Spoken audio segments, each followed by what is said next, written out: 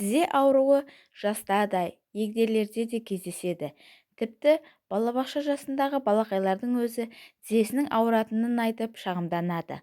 Ал үлкен әже апаларымыз тізесінің көзі ауырады деп қолын тізесінен алмай уқалап отыратынын байқаймыз. Жалпы тізе неге ауырады? Тізе бір ғана себеппен ауырмайды. Оның қақсап ауруына бірнеше жағдайлар себеп болады. Атап айтқанда, жарақат алғанда, тізе шығып кеткенде, жартылай тайғанда, аяқ сынғанда және бұлшықет созылғанда тізе ауырады. Ауруы ұзаққа созылып, тіпті уақытылы емдетпесе, созылмалы ауруға ұласуы мүмкін. Тізенің буыны шығып кеткенде, егер тізеңіздің ісінгенін байқасаңыз, оны тізе шығып кеткен болуы мүмкін. Тізе буындағы ішкі және сыртқы шеміршек ажырағанда. Мұндай диагноз негізінен спортпен айналысатындарда жиі кездеседі. Ал егер тізені бүккен уақытта сырқырап ауыратын болса, оны сізге минералды заттар жетіспейді. Сіңір зақымданғанда, қатты ұрып алсаңыз немесе құлап қалсаңыз, тізенің арты мен айналасы ауырады. Бұл сіңірдің зақымданғанын белгі береді. Артроз бен артрит. 50 жастан асқанда осы ауру белең алады. Бұл алдымен тізенің жұмысын тежейді, аяқтың буынының қақсап сырқырап ауруын әкеледі. Салдарынан жүріп тұру қиындыққа соғады. Тұз байлану. Егер аяғыңыздың тізеден төмен тұсы ауыратын болса, онда ағзадағы несеп қышқылының көбейгендігін айқындайды. Дереу тексеруден өтіп, арнайы ем-дом жасаңыз. Тізенің ауырғанын үйде емдеуге болады ма? Жаныңызға батып, мазаңызды алып жүрген бұл дерттен құтылу үшін мына 3 кеңеске назар аударыңыз. Бірінші кеңес. Әрине, тізенің ауырғанына халықтық жолмен шипа табуға болады.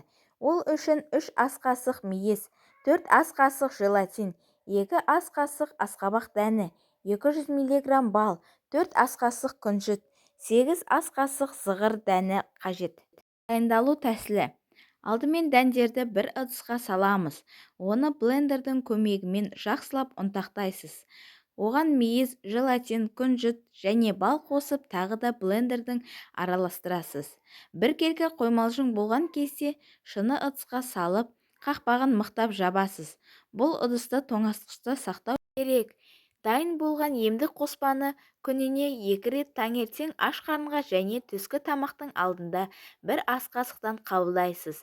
1 аптадан соң-ақ оң нәтижесін көз жеткізесіз. Бұл қоспа тізенің қақсағанын басады, сіңірдің ауырғаны жазылып қуаттанады, буынның жұмысы жақсарады, зат алмасуы реттеледі. Екінші кеңесіміз. Фольгада өз кезегінде тізенің ауырғанына ем болатын қасиетке ие. Ол үшін түнде ұйқыға жатарда алдымен тізеңізді фольгамен орайсыз, сыртынан жылы орап, таңға дейін жатасыз. Осы әдісті ерінбей 3-4 күн жасасаңыз, тізенің ауырғаны басылады. Үшінші кеңес. Егер тізеңіздің айналасы ауыра бастаса, сарымсақ майының көмегіне жүгініңіз. Ол үшін 300-400 грамм сарымсақтың қабығынан тазартып, блендердің көмегімен ұсақтайсыз. Үгітіндіні 1 литр шыны ыдыс банкеге салып, үстінен өсімдік майын қоясыз. Ыдысты күн тимейтін жерге қойып, күніне 1-2 рет қозғап қоясыз. Шамамен 2 аптадан соң езбені 4 қабаттандырылған дәкемен сүзіп аласыз. Дайын болған сарымсақ майын тізеңіздің айналасына сіңдіріп жағасыз. Тіпті аяғыңыздың ауыратын тұстарына жағуға да болады. Бір келкі етіп жағып болған соң сыртынан пленкамен орайсыз. Оның сыртынан жылы орамалмен байлау керек. Емді түнде жатар уақытта жүргізіңіз. Осылайша таңға дейін жату керек. Бұл ем 1 рет жасағаннан-ақ оң нәтижесін байқайсыз. Сіздерге айтылған ақпарат көңілдеріңізден шығып жатса, арнама тіркеліп, лайк басып, комментарий жазып қолдау көрсетулеріңізді өтінемін. Қолдау көрсеткендеріңіз үшін рахмет.